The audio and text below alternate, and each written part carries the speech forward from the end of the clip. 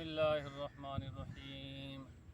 अस्सलातु वस्सलामु अलैका या सय्यदी या रसूलल्लाह व अला आलिका व अस्हाबिका या सय्यदी या हबीबल्लाह।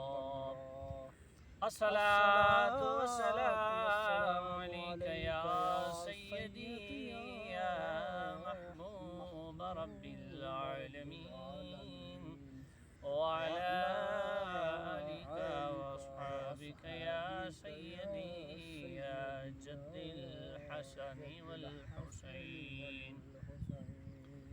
अस्सलामु अलैकुम रहमतुल्लाहि व बरकातुहू।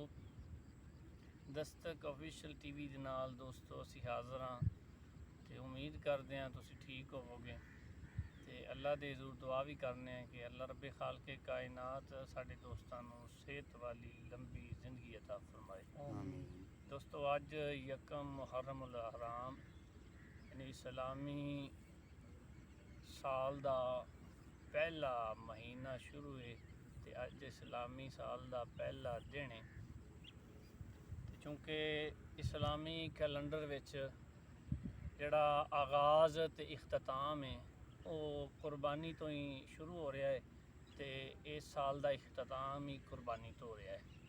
तो मुहर्रम उल हराम के हवाले नाल इंशाअल्लाह साडी जिहड़ी वीडियो का आगाज़ बाकायदा एपीसोड की शक्ल च इंशाअल्लाह जारी सारी रहेगा। तो अज यकम मुहर्रम उल हराम हज़रत उमर फारूक रदी अल्लाह ताला अन्हु खलीफा दोम आप दी शहादत का दिन है।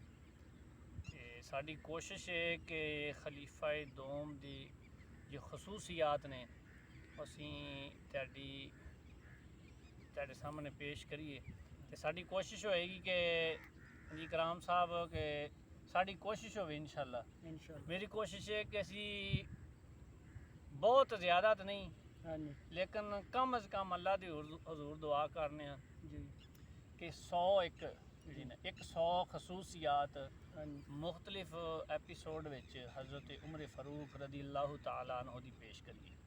ते 100 खसूसियात बहुत ज़्यादा है, इस तो भी ज़्यादा दे साडा उन्ना मुतालिया नहीं ना असी उन्नी कोशिश कर सकने हैं, लेकिन साडी जिन्नी नाकस की कोशिश है जी ते उहदे विच असी कोशिश करांगे कि 100 हज़रत उमर फारूक रदी अल्लाह ताला अन्हु दी खसूसियात नूं पेश करिए एपीसोड की शक्ल विच।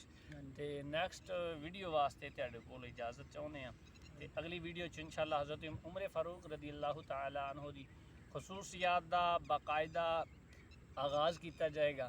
तो अगली वीडियो तक सानू इजाज़त दियो।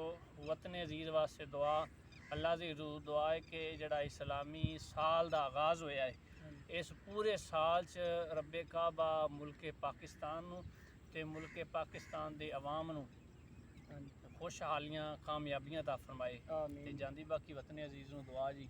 पाकिस्तान जिंदाबाद।